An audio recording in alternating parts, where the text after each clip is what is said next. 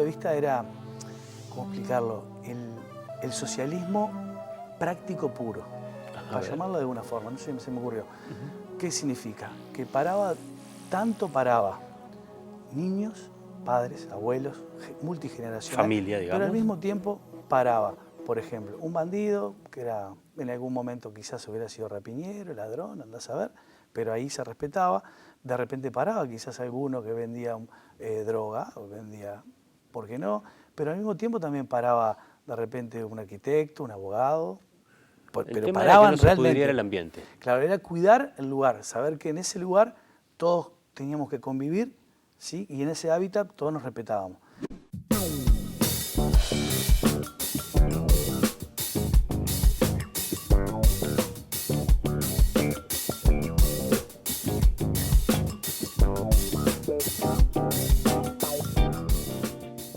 ¿Cuál fue la primera cantina donde laburaste?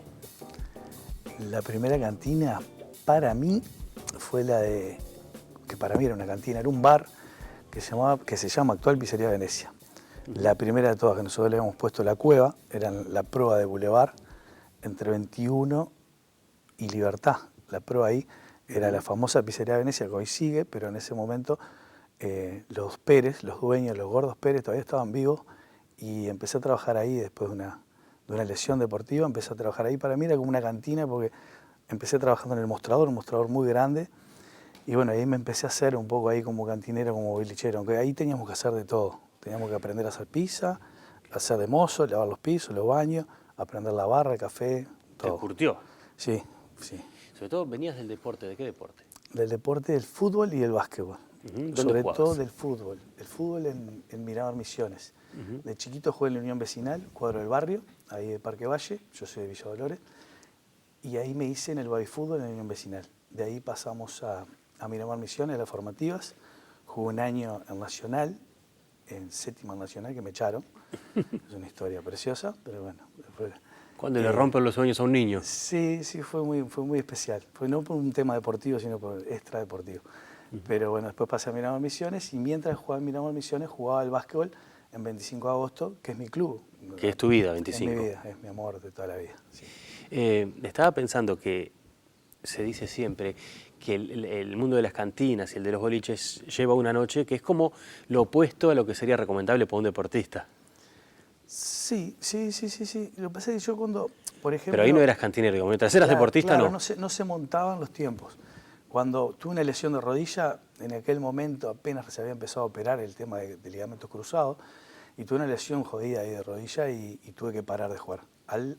Me habían dejado, había tenido que dejar de jugar al básquet, porque en el fútbol en ese momento te obligaban, te decían, bueno, elegí un deporte u otro. Claro, decían que desarrollaban distintos músculos y que entonces si tenías los músculos de basquetbolista no ibas a ser buen futbolista. Claro, Había una explicación sí, así que... había un tema ahí que sobre todo más bien era medio directivo, que te decían, bueno, vas a firmar contrato acá en el fútbol. Con 17 años yo firmé mi primer contrato y estaba jugando al básquetbol en la reserva, las viejas reservas de tercera de ascenso en 25 de agosto.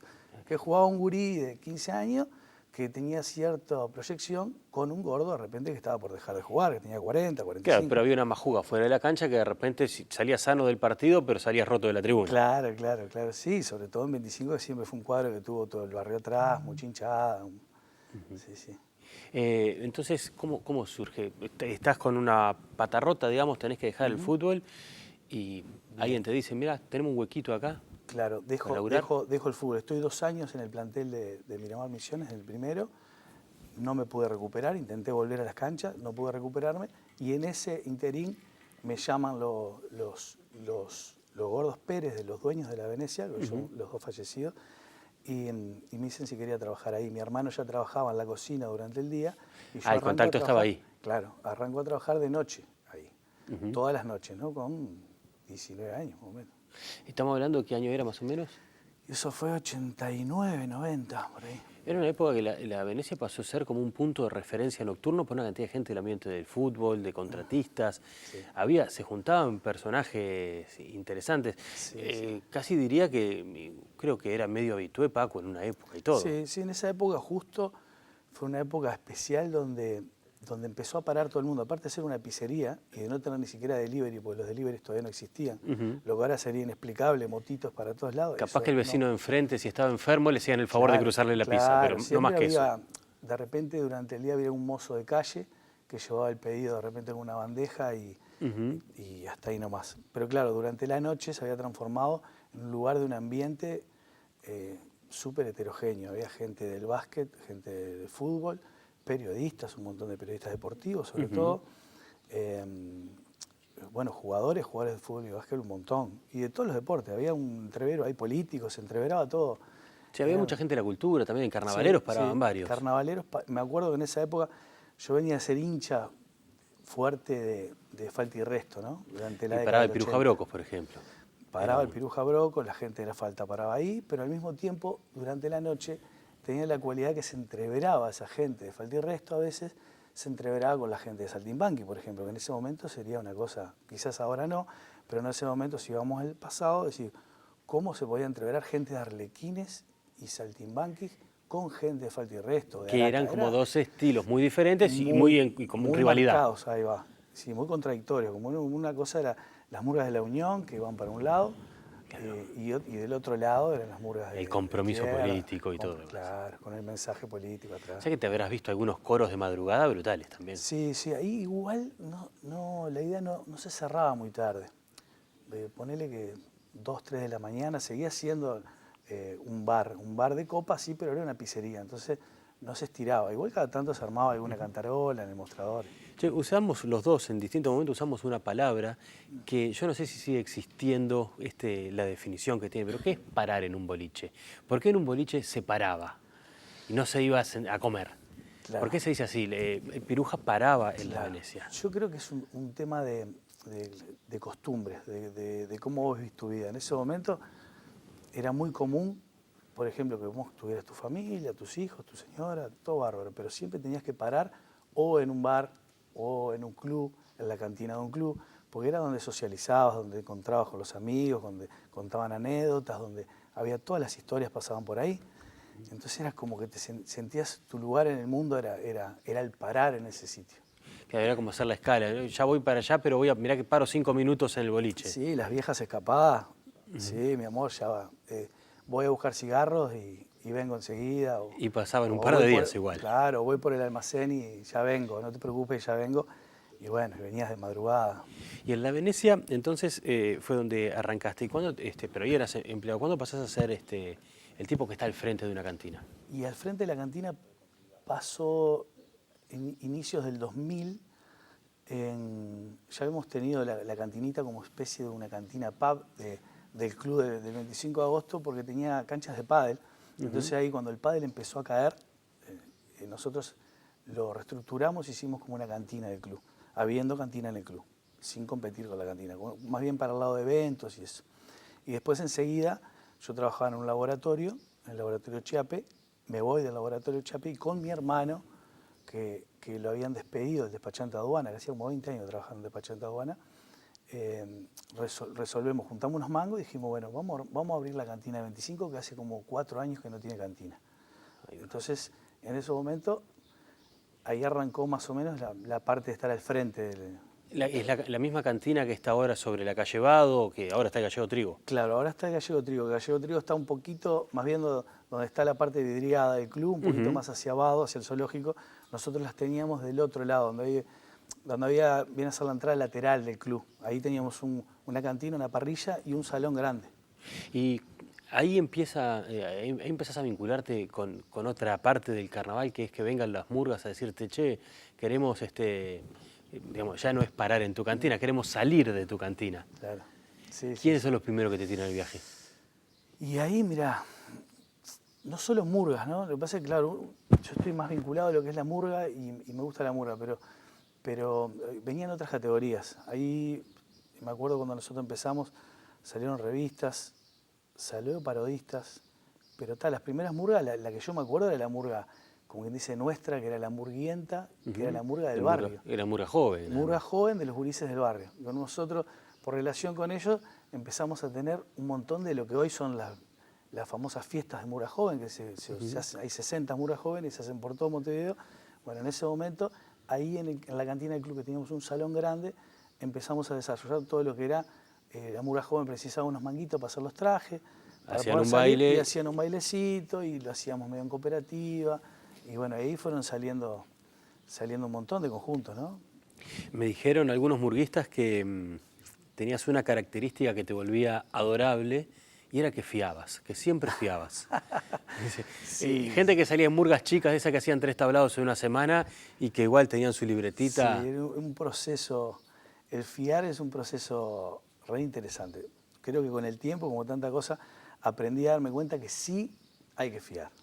Aunque parezca que no, pero sí hay que fiar.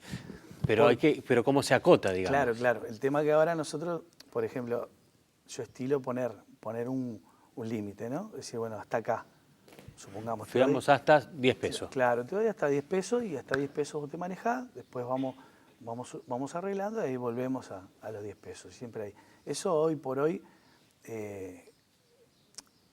no funciona tan bien. ¿Por qué? Porque mi afecto está en la murga que sale hoy por hoy donde trabajo y bueno, eso se nos escapa un poco de las manos. Claro, Pero sí el fiar está bueno porque te das cuenta que a veces en ese parar, en esa cantina, a veces ocasionan cosas que hace que vos tengas que mandar una vueltita o quieras tomar una más y se ocasionan situaciones que está bueno que esa persona poderle dar esa confianza del fiado.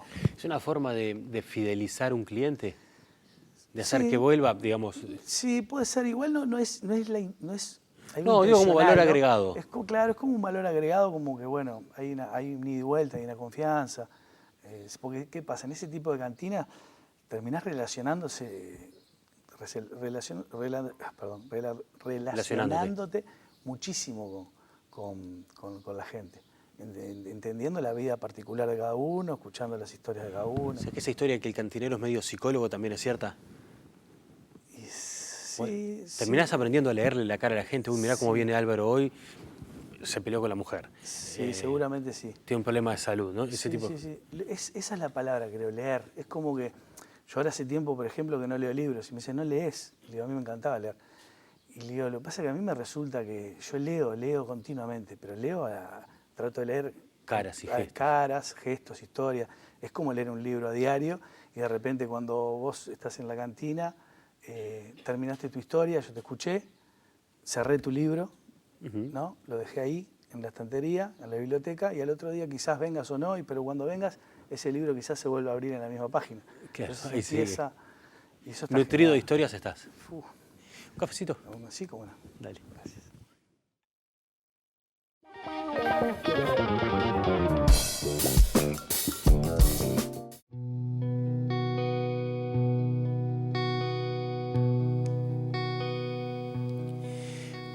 Cuando uno está en una cantina y en un lugar, se encariña con su trabajo, se encariña con el lugar también, y a veces tiene que ir a negociar con empresas.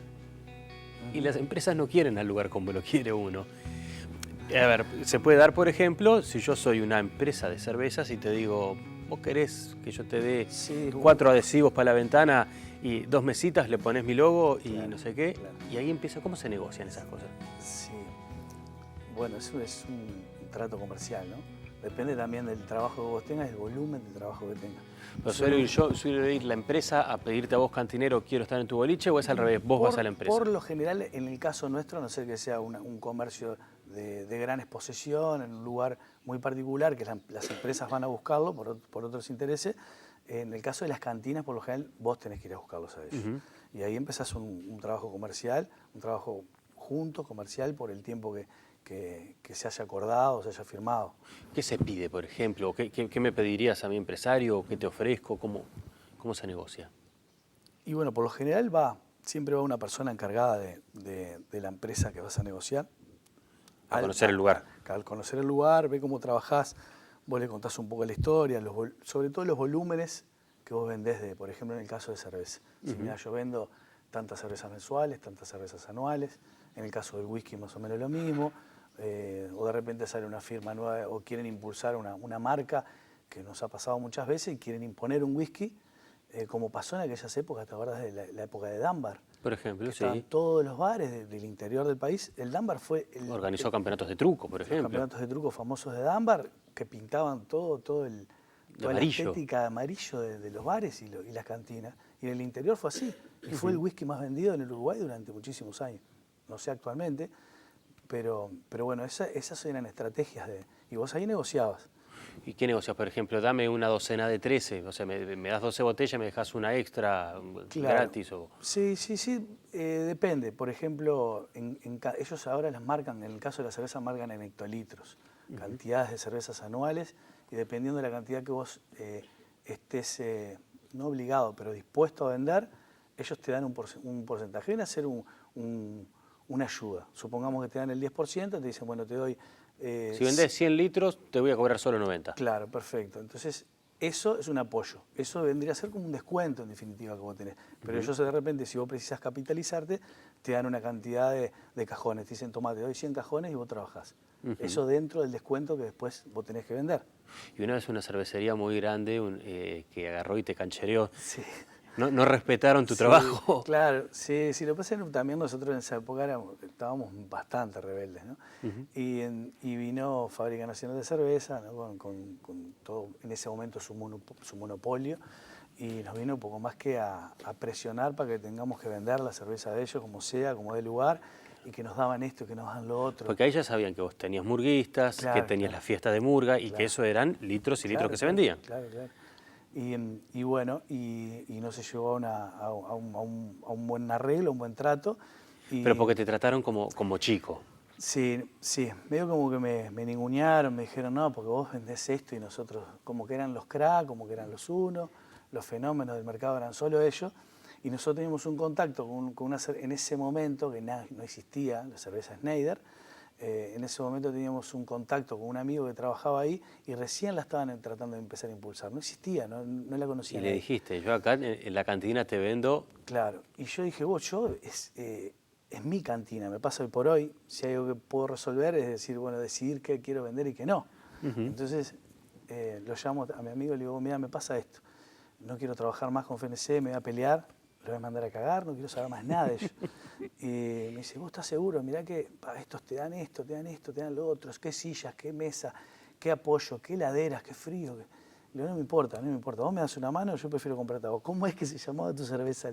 Y me dice, Schneider, mirá, no sé, yo qué sé, si querés probar. Le digo, no quiero probar. Le tenías más fe vos que él. No quiero probar, vamos arriba con la Schneider y bueno, hoy por hoy creo que se ve por todo Montevideo, ¿no? Pero está bueno porque en definitiva una decisión visceral o muy emocional, ¿no? Sí. A mí no me van a pasar por arriba. En ese momento fue por así. suerte te salió bien. Si salía mal era como pegarse un tiro en una pata. Claro, sí. ¿Qué hay de cierto en los...?